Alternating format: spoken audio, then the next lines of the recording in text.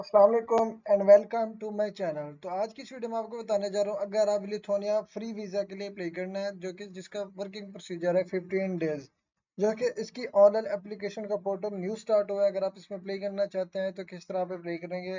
First of all, इसकी application का link आपको डिस्क्रिप्शन में मिल जाएगा, जिसको आपने सिंपली क्लिक करना है तो इसकी मेन वेबसाइट ओपन हो जाएगी। अगर आप इसमें लिथुआनिया के फ्री वीज़ा के लिए अप्लाई करना चाहते हैं तो किस तरह अप्लाई करेंगे। फर्स्ट ऑफ ऑल, आपने कोई भी ब्राउजर ओपन करना है, वहां पे आपने उसी लिंक को जैसे आप क्लिक करेंगे, जो भी पोर्टल होगा यहाँ पे ओपन हो जाएगा। अब यहाँ पे आपको दो ऑप्शन मिलेंगे, ठीक है जी। अब जैसा कि मैंने ऑलरेडी यहाँ पे ओपन किया हुआ है, यहाँ पे आपको एक न्यू एप्लीकेशन का ऑप्शन मिलेगा और एक मिलेगा एप्लीकेशन सर्च का।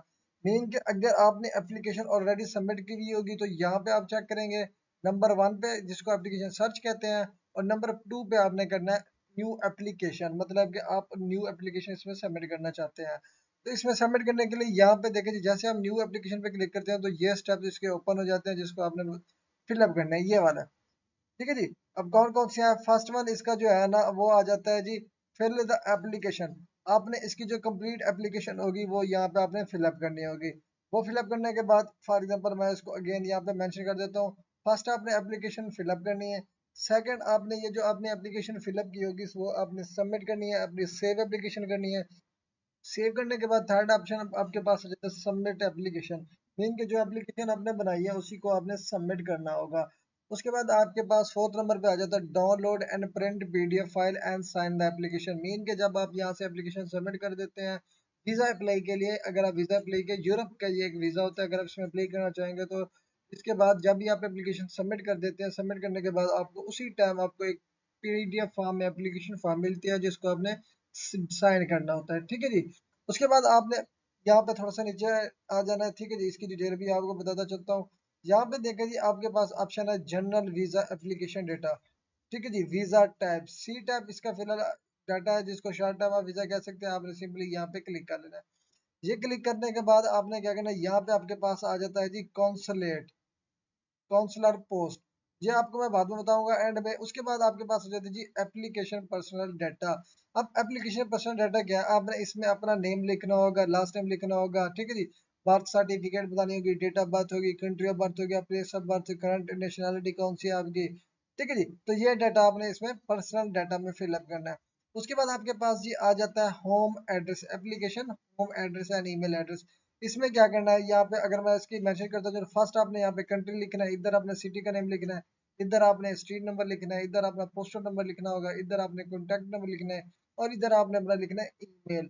तो ये आपका कंप्लीट हो जाता है application home address and email address में। ठीक है जी। उसके बाद आपके पास नेक्स्ट आपके पास आ जाता है जी, यहाँ पे करंट ऑक्यूपेशन। क्या आपका करंट ऑक्यूपेशन, मतलब कि अभी आप फिलहाल पेशा आपका क्या है। तो इसमें से क्या करना है, यहाँ पे अपना करंट ऑक्यूपेशन आपने सिलेक्ट कर लेना है। उसके बाद यहाँ पे एम्प्लॉयड नेम लिखना है, इधर आपने कंट्री मेंशन करनी है, इधर अपना सिटी का नेम लिखना है, इधर अपना स्ट्रीट एड्रेस बताना है। उसके बाद यहाँ पे अपना पोस्टल कोड, और उसके बाद यहाँ पे contact and email same as above आपने ये तमाम अपना डाटा फिलअप करना है। फिलअप करने के बाद उसके बाद आपने थोड़ा सा नीचे स्क्रॉल करना है, तो यहाँ पे आपके पास मिल जाता है जी ट्रैवल डॉक्यूमेंट डाटा। अगर कोई आपका ट्रैवल डॉक्यूमेंट डाटा हिस्ट्री है तो यहाँ पे आपने प्रोवाइड करनी है, तो इसको स्किप कर देंगे। ठीक है जी। तो यहाँ पे आपने नंबर ऑफ ट्रैवल डॉक्यूमेंट्स कितने, टाइप और ट्रैवल डॉक्यूमेंट्स ये बताना है, national identity number where applicable ये बताना है, उसकी इशू डेट क्या थी वो बताना है, वैलिडिटी बतानी है, उसके अलावा इशूड बाई किस कंट्री से वो यहाँ पे मेंशन करना है। ठीक है जी। उसके बाद आपके पास हो जाता है residence in a country other than the country of granted nationality, मतलब कि वो स्टूडेंट्स या वो नेशनल जो अपने सिटीज को छोड़ के किसी और, सॉरी अपने कंट्री को छोड़ के कोई और कंट्री में रह रहे होते हैं, तो वो आप अपनी यहाँ पे अपनी इंफॉर्मेशन प्रोवाइड करेंगे। ठीक है जी। उसके बाद entry of the final country of designation where applicable, तो यहाँ पे आपने बतानी है entry permit for the final country of designation, sorry destination where applicable. अगर आप किया है तो यहाँ पे आपने यस कर देना, अदरवाइज यहाँ पे नो पे आपने क्लिक कर देना है। ठीक है जी। ये फिलअप करने के बाद आपने एंड पे आ जाना है। एंड पे आने के बाद जी आपके पास आ जाता है जी ट्रैवल डाटा। यहाँ पे देखिए जी ये ट्रैवल डाटा है। तो हम यहाँ पे इसको थोड़ा सा नीचे स्क्रॉल कर लेते हैं। अब यहाँ पे आपने अपना ट्रैवल डाटा प्रोवाइड करना है, अगर आपने कोई पहले से कोई ट्रैवल डाटा की हिस्ट्री है तो। ठीक है जी। उसके बाद आपने नंबर ऑफ एंट्रीज बतानी है। ठीक है जी। उसके बाद यहाँ पे ट्रैवल फॉर द डेटा, तो यहाँ पे अपनी पर्सनल स्टेटमेंट आपने प्रोवाइड करनी है। ठीक है जी। मीन कि आप कितने तक आप फाइनेंस कर सकते हैं, कितनी आपकी इनकम है। ठीक है जी। या अगर आप कोई कंपनी, ऑर्गेनाइजेशन, होस्ट स्पॉन्सर करती है तो उसकी यहाँ पे डिटेल बतानी है। अदरवाइज अगर आपने खुद को खुद फाइनेंस करना है या स्पॉन्सर करना है तो आपने यहाँ पे क्लिक कर देना है, इसको सेव कर देना है, ठीक है जी, ये कंपल्सरी है। उसके बाद इसके नीचे आ जाता है जी इनवाइटर डाटा, मतलब कि कोई ऑलरेडी अगर इस कंट्रीज में रह रहा है वो आपको इनवाइट करता है इसमें कि आप आओ इस जॉब में, आपको इनविटेशन देता है तो आपने उसका नेम लिखना है, ठीक है जी, उस कंपनी का नेम लिखना है जो कंपनी आपको ये इनवाइट कर रही होती है। अदरवाइज आपने आपको कोई भी कंपनी अगर इनवाइट नहीं करी तो आप यहाँ पे क्या करें, पर्सन पे क्लिक करना है। उसके बाद आपके पास ये आ जाता है बायोमेट्रिक, जिन्होंने ऑलरेडी संजन कंट्री या यूरोपियन कंट्री में ऑलरेडी विजिट किया होगा उनकी बायोमेट्रिक हुई होती है, तो उन्होंने यहाँ पे क्या करना है यस। लेकिन अगर किसी की नहीं हुई पड़ी, कब फर्स्ट टाइम वहाँ पे अप्लाई करना चाह रहे हैं तो यहाँ पे आपने करना है नो। तो जैसे ही नो करेंगे, नो करने के बाद इसकी जो एप्लीकेशन फॉर्म होती है यहाँ पे, इसके बाद आपके पास जो एप्लीकेशन फॉर्म होगी वो आपने सबमिट करा के अपनी बायोमेट्रिक करवानी होगी। उसके बाद आपके पास आ जाती है प्रोटेक्शन मोड। प्रोटेक्शन मोड क्या होता है, यहाँ पे जो आपको कैप्चा दिया होता है सेम यही नंबर आपने लगाने हैं इस पोर्शन में। ये आपको लंबी लाइन दिख रही है, इसके अंदर आपने टाइप करना है यहाँ पे इस तरह से, ये टाइप हो रहा है। टाइप करने के बाद आप सेव फॉर सबमिशन पे क्लिक करेंगे तो यहाँ से आपकी एप्लीकेशन सबमिट हो जाएगी। अब आ जाते हैं ये फर्स्ट वन पॉइंट पे कि वो फर्स्ट वन पॉइंट क्या है, ठीक है जी, ये वाला काउंसलर पोस्ट। जबकि इसका जो काउंसलर जो पोस्ट या इसका जो ऑफिस है पाकिस्तान में फिलहाल नहीं है।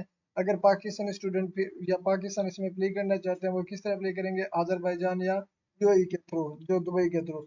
अगर आप वहां से जाके अपने एप्लीकेशन डाटा वेरीफाई करा सकें, अपनी बायोमेट्रिक वेरीफाई करा सकें, और उसके अलावा आपने अपनी एप्लीकेशन वेरीफाई सबमिशन करा देनी है, तो इसकी जो एप्लीकेशन फीस होगी, अगर आपकी एज 18 से अबव है तो इसकी 80 यूरो है। उसके अलावा अगर आपकी उम्र मतलब कि 6 साल से जिनकी कम है उनके लिए ये बिल्कुल फ्री है।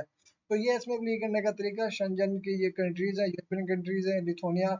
अगर आप इसमें वीजा के लिए अप्लाई करना चाहते हैं तो बगैर किसी एजेंसी विजिट किए, बगैर कोई पेमेंट किया, बगैर कोई एप्लीकेशन फीस दिए बगैर आप खुद इसी वेबसाइट पे जाके आप अप्लाई कर सकते हैं। ये अथेंटिक और रियल उनकी अपनी वेबसाइट है जो कि वीजा प्रोसेसिंग के लिए आपके लिए बनाई गई है। ऑनलाइन पोर्टल है, अगर आप इसमें अप्लाई करना चाहते हैं सेम इसी तरह से आप अप्लाई कर सकते हैं।